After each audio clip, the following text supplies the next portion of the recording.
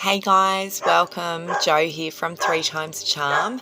And of course, as always, I encourage you to take a big, deep belly breath in and accept my light and my Reiki. And then sigh it all out with sound and shake out your body. Welcome to the present moment. So we've got a little bit to get through today in this video. It is an astrology video on what's going on in the sky at the moment. So we've got a few important key aspects that I just want to help explain kind of why you're feeling the way you're feeling and why shit's turning on its head. So the main one is the planet Uranus, which is all about innovation, thinking outside of the box, individuality, quirkiness. It's kind of like the mad scientist that everyone thinks is completely nuts, but is actually absolutely brilliant, just a nut job. It's also the planet that helps us balk at tradition and the old way of thinking and go after what we want unapologetically. Now Uranus is conjunct, which means it's right next to or on top of the North Node. So the North Node has to do with the moon, and what that is it's generally our next steps forward, leading the way forward. And then they're both in Taurus, which is the first earth sign. It's quite grounded, quite steadfast.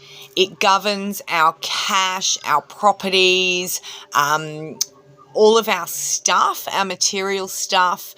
It also governs the environment and agriculture, and also how we love and nurture ourselves. So I like to think of it kind of like the yumminess factor. So like the good stuff, the indulgence, the good food, the fine wine, the chocolates, the nice clothes, good conversation, good company, and all of that sort of thing. And then as well, we've got Mars, the planet, which is a very fiery planet, and it's our drive forward.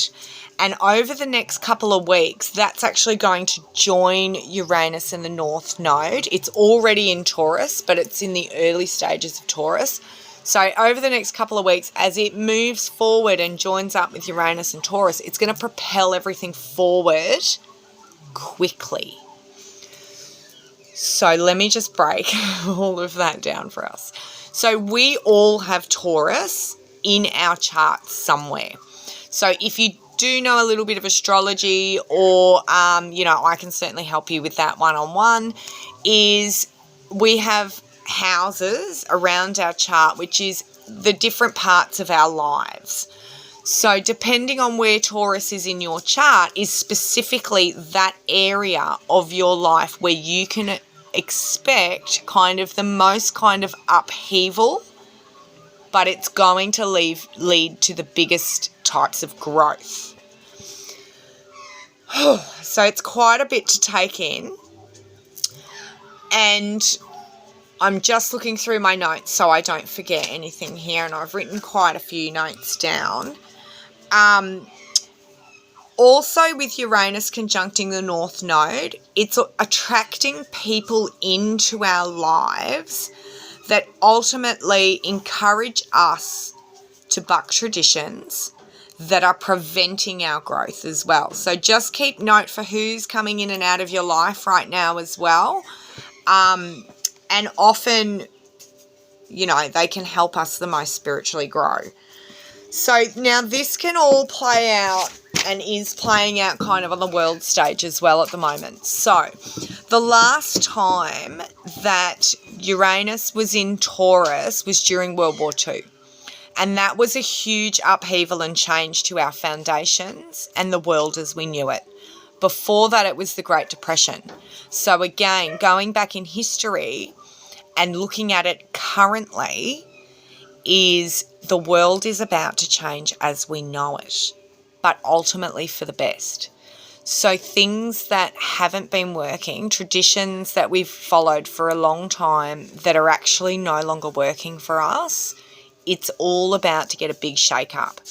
Taurus as well, being that it affects cash and property, is I'm probably not going to be surprised if our property markets and financial markets take a big hit and change completely. And also I'm feeling that there's going to be, you know, a lot more protesting, a lot more and increased military and police presences, high-speed chases and all of that sort of thing. That's kind of the energy of Uranus in Taurus right now. And also with the North Node. So this is the way that we have to kind of move forward for the biggest amount of growth, so that we actually learn our lessons from the past and stop repeating them. So again, take that back into your world as well. What belief systems have you been kind of following that aren't actually doing you any good right now? Now, also, we've got a big square with all of that going on. We've got a square with Saturn. So Saturn, and that's in Aquarius. So Aquarius and Uranus go together. Uranus is the ruling planet of Aquarius. So all those things I said before about the characteristics of Uranus are also the characteristics of Aquarius. Again, we all have these in our birth chart somewhere. Now, Saturn is the planet, and a lot of people are a bit scared of Saturn because it is kind of like the taskmaster, the rules, the discipline, the school principal of kind of the astrology world. But when we learn those lessons, we have the most growth. If we don't learn those lessons, we keep repeating them, and then new things will come into our lives but with the same lessons, that then we feel stuck because we just can't move forward. That right there is a bit of a trigger point or an aha moment for you to go, oh, let me work on my inner world so that I can move forward past this and learn my lessons from it. That also goes for past lifetimes and stuff that is carried forward into this lifetime. And again, on the world stage as well, this is actually bringing up freedom issues and equality issues. And there's so many outdated thought patterns around that. So again, this is all coming up so that we can see it and we can choose as a collective which way forward we're going to go. Also, there's probably going to be a lot more severe weather actions as well, weather issues and all of that sort of thing to go with the environment and stuff too. There might be food shortages in parts of the world, especially with the next steps with everything that's going on the world stage at the moment. Russia, China, America, it's all pretty cray-cray at the moment. So another, coming back to Mars as well, we've got another aspect with Mars. So Mars is in Taurus, and another aspect with Mars is it's sextiling Mercury. So Mercury is the planet of thought, ideas, communications. And with it sextiling is a really good aspect. So it's a really great energy at the moment for putting our thoughts and idea into action. So Mars rules our physical body. It's our fire. It's how we move our fire. So my tip for that is, if you don't already have some kind of regular practice, is yoga is amazing. We have to slow down to speed up. And yoga puts the mind, Mercury, and the body, Mars, together in harmony. Also, Chiron in Aries. So Chiron in Aries is sextiling, again, another good aspect. Venus in Gemini. So Gemini is like Mercury. It's the thoughts, the communications, our ideas.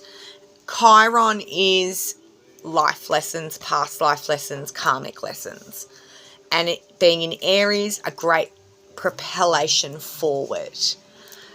Venus, paper. I've still got you here. So Venus is love, how we love ourselves, what we love, and all of that. Very similar characteristics to Taurus, because Venus is the governing planet of Taurus. So again, a common theme here, guys, is coming back to ourselves and karmic lessons around love. How do we love ourselves? How do we go after love? How do we want to be loved? And have a think about what's not working and what we need to shift out.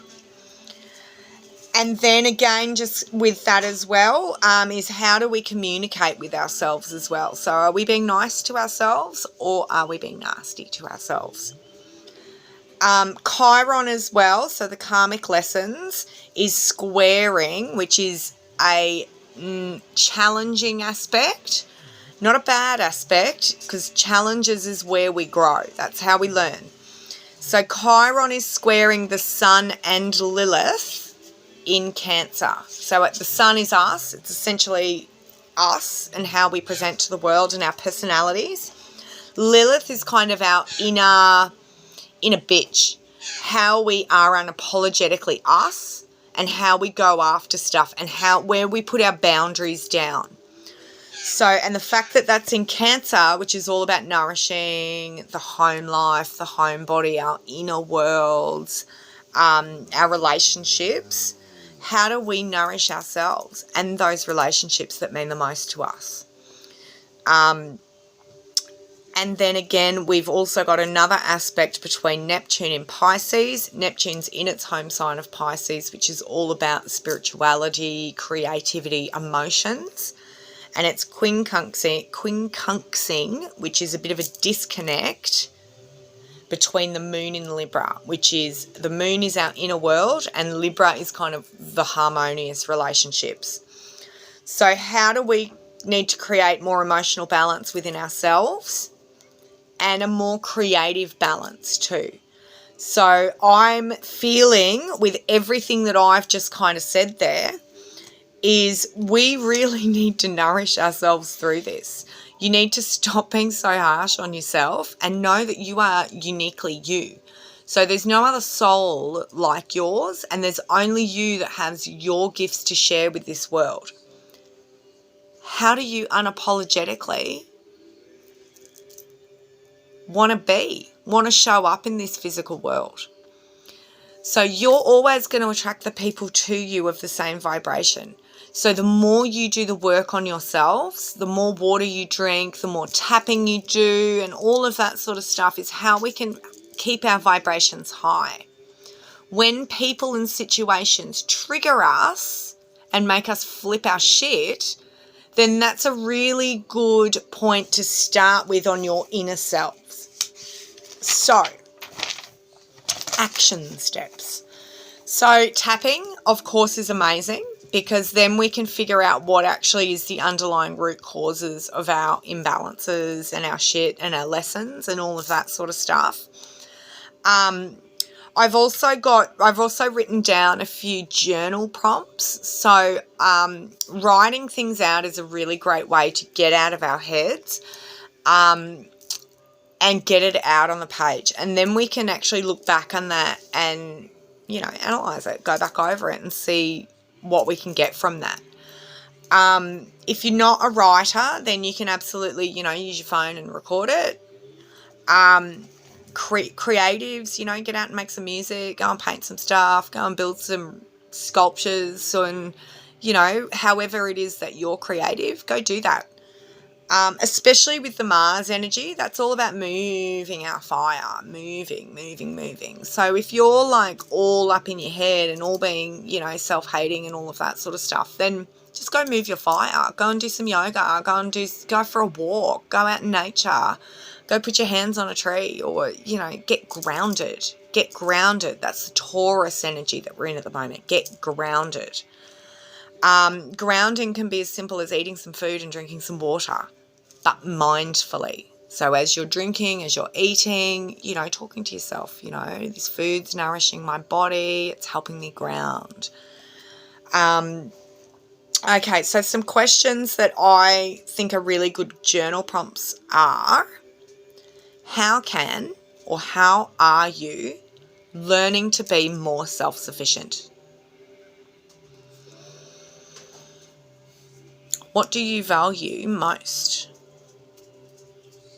And what do you value in yourself the most? If that one's really hard for you to answer, then think about what your best friend would say, what your partner would say, what, a good family member would say. What would they say about you? How can you nurture yourself more? That's a huge one, because none of us do that enough. And when our own cups are empty, we can't possibly help anybody else around us. And I know so many of you, so many of us, we often like to take everyone else's shit on as our own, and then that weighs us down. So how can you nurture yourself so that when you are helping others, hello Sammy, when you are helping others, you're not doing it from an empty cup. You're doing it with love and with so much self-empowerment and self-love coming through you that it then radiates out in all directions. And what do you need to let go of? What do you know right now that is no longer serving you that you can shut the door on and move forward? You don't have to feel guilty. You don't have to feel shameful about it. And if you do, please tap on that, because there is no need for you to feel guilty or shameful for who you are. It's time to stop listening to everybody else around us, and it's time to start loving our own individuality. That's Uranus. Individuality, innovation, being unapologetically you. And on that note, I hope that this video has helped you navigate sort of what's going on right now. I'd love to know in the comments what you're grateful for. 3 things that you're grateful for right now. And if you made it all the way to the end of this video, then I urge you to leave me a planet emoji in the comments, or a bull emoji. So a planet for Uranus and a bull for Neptune. And on that note, guys, I hope you have a very magical day. I'll see you soon.